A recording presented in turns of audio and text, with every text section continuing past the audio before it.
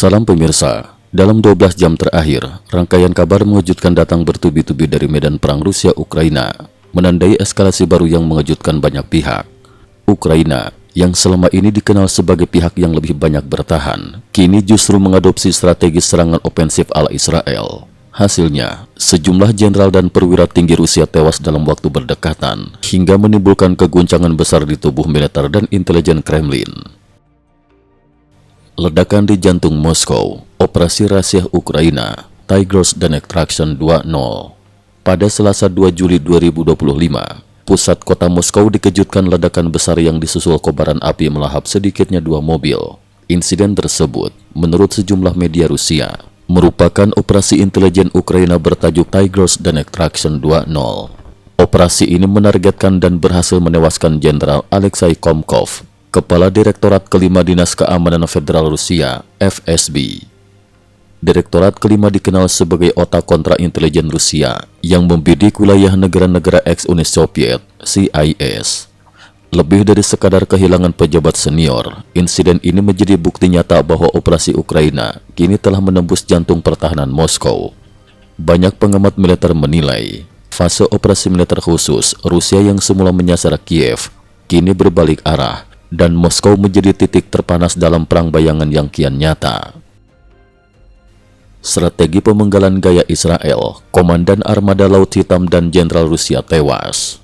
Dalam sepekan terakhir, pola serangan Ukraina sangat mencolok, dengan memanfaatkan intelijen presisi dan sistem senjata mutakhir, seperti HIMARS buatan Amerika Serikat. Ukraina melancarkan serangkaian serangan yang secara khusus menargetkan para perwira tinggi dan fasilitas vital Rusia. Pada hari yang sama dengan insiden Moskow, pasukan Ukraina menyerang pangkalan armada Laut Hitam Rusia di Crimea. Laksamana Muda Akhmetov, sang komandan, tewas akibat hantaman roket HIMARS. Pangkalan yang menjadi markas rahasia itu luluh lantak, kobaran api menyelimuti kawasan, dan hampir tidak ada korban yang selamat. Korban lain adalah Mayor Jenderal Mikhail Gudkov, Wakil Panglima Angkatan Laut Rusia, beserta wakilnya Kolonel Nariman Sikaliev. Gudkov, yang sempat dinobatkan sebagai pahlawan Federasi Rusia karena kiprahnya di medan tempur, juga pernah diperintahkan melakukan eksekusi tawanan perang Ukraina, sehingga oleh Kiev, ia dinyatakan sebagai penjahat perang kelas berat. Dalam waktu singkat, Ukraina juga menggempur pangkalan militer Rusia di Kursk. Dengan satu serangan HIMARS, sekitar 10 hingga 20 perwira tinggi Rusia dikabarkan tewas. Skala dan presisi serangan inilah yang membuat banyak analis membandingkan strategi Ukraina dengan pola operasi militer Israel. Struktur pangkat Rusia dan kematian perwira Tiongkok. Muncul pertanyaan di kalangan publik, mengapa Komandan Armada Laut Hitam berpangkat Letnan Jenderal, namun Wakil Panglima Angkatan Laut hanya Mayor Jenderal? Dalam sistem militer Rusia, hal ini wajar.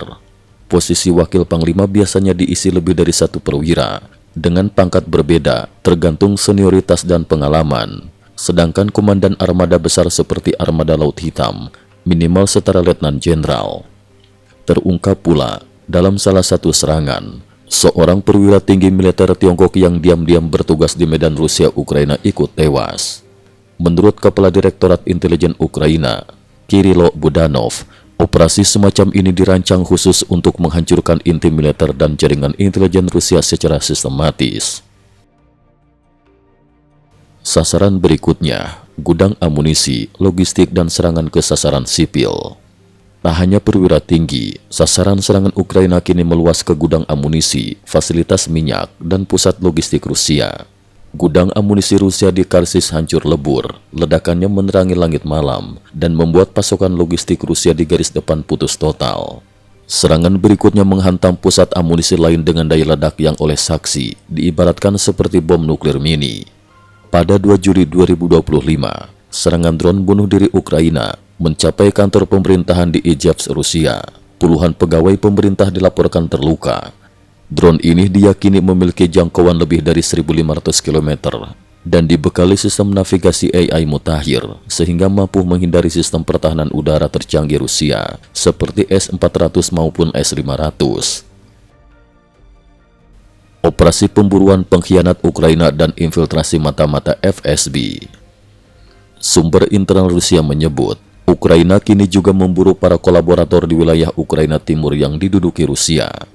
Mantan wali kota Lugansk yang ditunjuk Moskow, misalnya, tewas akibat bom di jalan raya.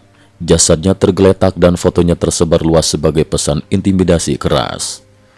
Di sisi lain, Ukraina juga membasmi musuh dalam selimut di tubuh militernya sendiri. Seorang mayor angkatan udara Ukraina yang ternyata agen FSB Rusia baru-baru ini ditangkap setelah ketahuan membocorkan koordinat bandara dan logistik Ukraina. Ia kini menghadapi hukuman penjara seumur hidup. Keterlibatan Korea Utara dan Tiongkok, aliansi baru Kremlin. Dalam wawancara 1 Juli 2025, Kepala Intelijen Ukraina, Budanov, membeberkan kerjasama militer Rusia-Korea Utara. Pyongyang kini mengoperasikan sistem pertahanan udara Pansir S-1 buatan Rusia, lengkap dengan pelatihan dari militer Rusia.